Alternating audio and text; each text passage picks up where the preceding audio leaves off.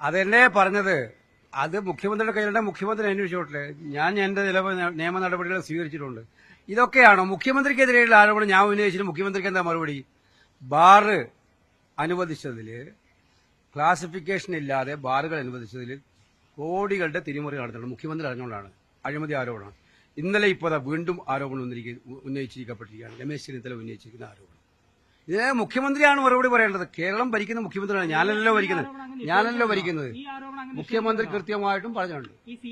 ഇന്നിപ്പോ ആരൊക്കെ ചോദ്യം ചോദിക്കുന്നവരോട്, നിങ്ങൾ പത്രക്കാർ ചോദ്യം ചോദിക്കുന്നവരോട് നിങ്ങളോട് എന്താ സമീപനം അറിഞ്ഞല്ലോ കൃത്യമായിട്ടും. ഇതാണ് മുഖ്യമന്ത്രിയുടെ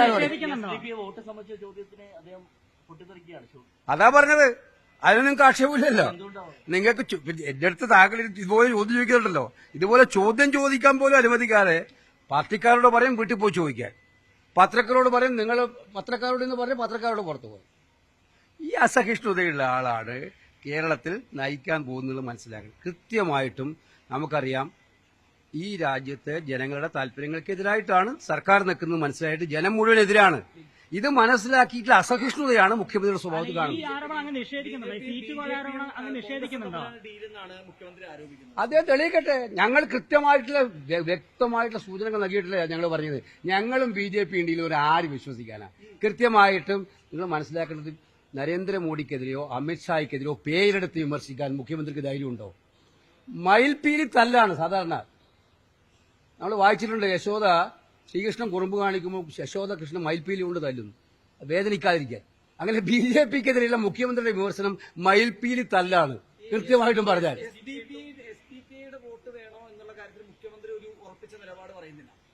ഇല്ല, ഞങ്ങൾ മുഖ്യമന്ത്രി ഇക്കാര്യത്തിൽ കൃത്യമായ കള്ളക്കളിയാണ്. 2020 എന്ന ഇടനിലക്കാരുടെ മുഖാന്തരം, ഇടനില പാർട്ടി മുഖാന്തരം BJP ആയിട്ട് ഡീല് നടത്തിക്കൊണ്ടിരിക്കുന്നു. ഞങ്ങളെ സംബന്ധിച്ചിടത്തോളം ഞങ്ങൾ ജനങ്ങളുടെ മുമ്പിൽ പോകുന്നത് കൃത്യമായിട്ടുള്ള ഗ്യാരണ്ടികളുമായിട്ടാണ്. ആ ഗ്യാരണ്ടികളുമായിട്ട് പോകുന്ന ഞങ്ങള് ജയിക്കുമെന്ന് ഉറപ്പുള്ളത് കൊണ്ടാണ് ഈ അങ്കലാപ്പ് മുഖ്യമന്ത്രി. നിയമസഭാ തെരഞ്ഞെടുപ്പിന്റെ കാര്യമാണ് ഞാൻ പറയുന്നത് സുഹൃത്തെ. നിയമസഭാ തെരഞ്ഞെടുപ്പിൽ ഞങ്ങളായിട്ടാണോ മുന്നണി? ഇത് പരസ്യമായ മുന്നണിയല്ലേ? NDA സഖ്യത്തിലല്ലേ? തൃപ്പൂണിത്തുറ ആരാ മത്സരിക്കുന്നത്? ഈ SDP സംസ്ഥാന പ്രസിഡന്റ് ഒരു പ്രതികരണം വന്നിട്ടുണ്ട്. അദ്ദേഹം ഇടതിനെ പുകഴ്ത്തുകയാണ്. ഇടത് സർക്കാരിനെതിരെ മുസ്ലിം ഏകീകരണമില്ല എന്നൊരു പ്രതികരണമാണ് ഉണ്ടാവുന്നത്. അപ്പൊ മനസ്സിലാവുമല്ലോ, കൂട്ടി വായിക്കുമല്ലോ എന്താണ് ഇതിനകത്തുള്ള കാര്യം. അല്ല, ഈ കാര്യത്തിൽ ഞങ്ങളെ സംബന്ധിച്ച് ഞങ്ങളുടെ നിലപാട് വളരെ കൃത്യമാണ്. വർഗീയ സംഘടനകളുമായിട്ടൊന്നും ഞങ്ങൾ ബന്ധപ്പെടാറില്ല. തിരഞ്ഞെടുപ്പിൽ അത് കൃത്യമായ നിലപാടുമായിട്ടാണ് UDF നിൽക്കുന്നത്. ആരോപണത്തിൽ എന്താ മഴവുണ്ട്? ഞാൻ കേസ് കൊടുത്തിട്ടുണ്ട്, അറിയോ താങ്കൾക്ക്? അതറിയാം. തനിക്ക് ഒരു കാര്യം മനസ്സിലാക്കേണ്ടത്, ആദ്യം അത് കേക്ക്.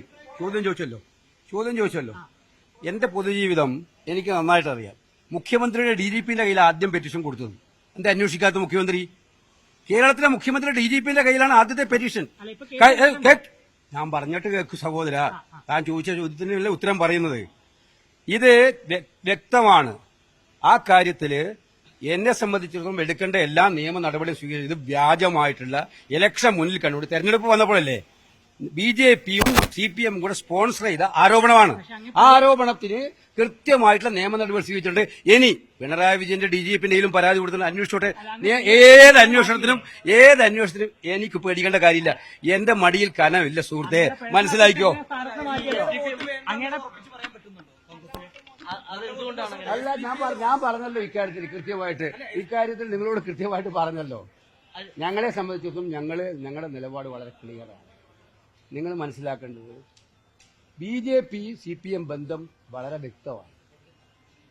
അത് നിയമസഭാ മണ്ഡലങ്ങളിലെ സ്ഥാനാർത്ഥി നിർണ്ണയം കൂടെ കഴിഞ്ഞപ്പോൾ രണ്ട് പാർട്ടികളുടെയും അണികൾക്ക് വ്യക്തമായിട്ട് ബോധ്യമുണ്ട്. ഈ നാട്ടിലെ സാധാരണക്കാരന് ബോധ്യമുണ്ട്. ഇത് എക്സ്പോസ് ചെയ്യപ്പെട്ടപ്പോൾ ഉണ്ടായ പ്രയാസത്തിലാണ് ഇത് പറയുന്നത്. മനസ്സിലായില്ലേ? ഇതാണ് മുഖ്യമന്ത്രിക്കുള്ള പ്രശ്നം. പിന്നെ കേരളം ഭരിച്ച മുഖ്യമന്ത്രി 10 കൊല്ലക്കാലമായി ദൂർത്തിന്റെയും അഴിമതിയുടെയും സ്വജനപക്ഷപാതത്തിന്റെയും പര്യായമായി ജനങ്ങൾ വേട്ടയാടുമ്പോൾ ആ ജനങ്ങൾ മുഖ്യമന്ത്രിയോട് കാണിക്കുന്ന ദേഷ്യം നിങ്ങൾ മാധ്യമപ്രവർത്തകരോട് അദ്ദേഹം കാണിക്കുകയാണ്.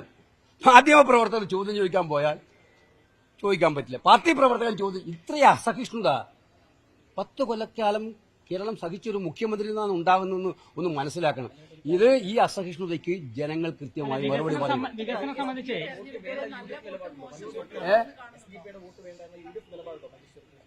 ഞാൻ കൃത്യമായിട്ട് പറഞ്ഞല്ലോ, വോട്ട് ആര് തരുന്നുള്ളൂ നമുക്ക് ഞങ്ങൾക്ക് ഇത്തരം സംഘടനവുമായി ചങ്ങാത്തമില്ല. വോട്ട് തരുന്നത് അവരാ തീരുമാനിക്കേണ്ടത്. സ്വാഭാവികമായിട്ടും ജനാധിപത്യത്തിൽ വോട്ട് കൊടുക്കുന്നപ്പം ഞങ്ങളെ സംബന്ധിച്ചും ഞങ്ങൾ വർഗീയ സംഘടനകളുമായിട്ടൊന്നും ഒരു ബന്ധവുമില്ല. കൃത്യമായിട്ടും പറയാം. ഒരു സ്ഥാനാർത്ഥിക്ക് ആരെങ്കിലും വോട്ട് കൊടുത്താൽ സ്ഥാനാർത്ഥി വോട്ട് കൊണ്ടാന്ന് പറയില്ല. അത് സ്ഥാനാർത്ഥി കിട്ടുന്ന നല്ലതല്ല. ഞങ്ങൾക്ക് ബന്ധമില്ല, ഞങ്ങൾക്ക് കമ്മിറ്റ്മെന്റ് ഇല്ല. അതാണ് രാഷ്ട്രീയമായിട്ടുള്ള പ്രശ്നം. ഒരു മുന്നണി ഉണ്ടാക്കുമ്പോൾ, ഒരു മുന്നണിയുമായി ബന്ധപ്പെട്ട് നിൽക്കുമ്പോൾ ഞങ്ങൾക്ക് കമ്മിറ്റ്മെന്റ് ഇല്ലാത്ത സാഹചര്യമാണ്. ആരെങ്കിലുമൊക്കെ എവിടെയെങ്കിലും ഏതെങ്കിലും സ്ഥാനാർത്ഥിക്ക് വോട്ട് ചെയ്യുമ്പോൾ ആ വോട്ട് വേണ്ടാന്ന് സ്ഥാനാർത്ഥികൾ ഒരിക്കലും പറയാറില്ല.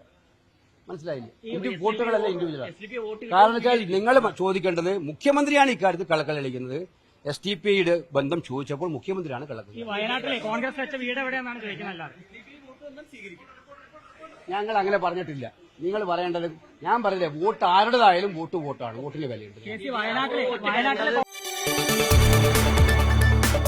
കൂടുതൽ വാർത്തകൾക്ക് News 18 Keralam YouTube channel subscribe ചെയ്യുക.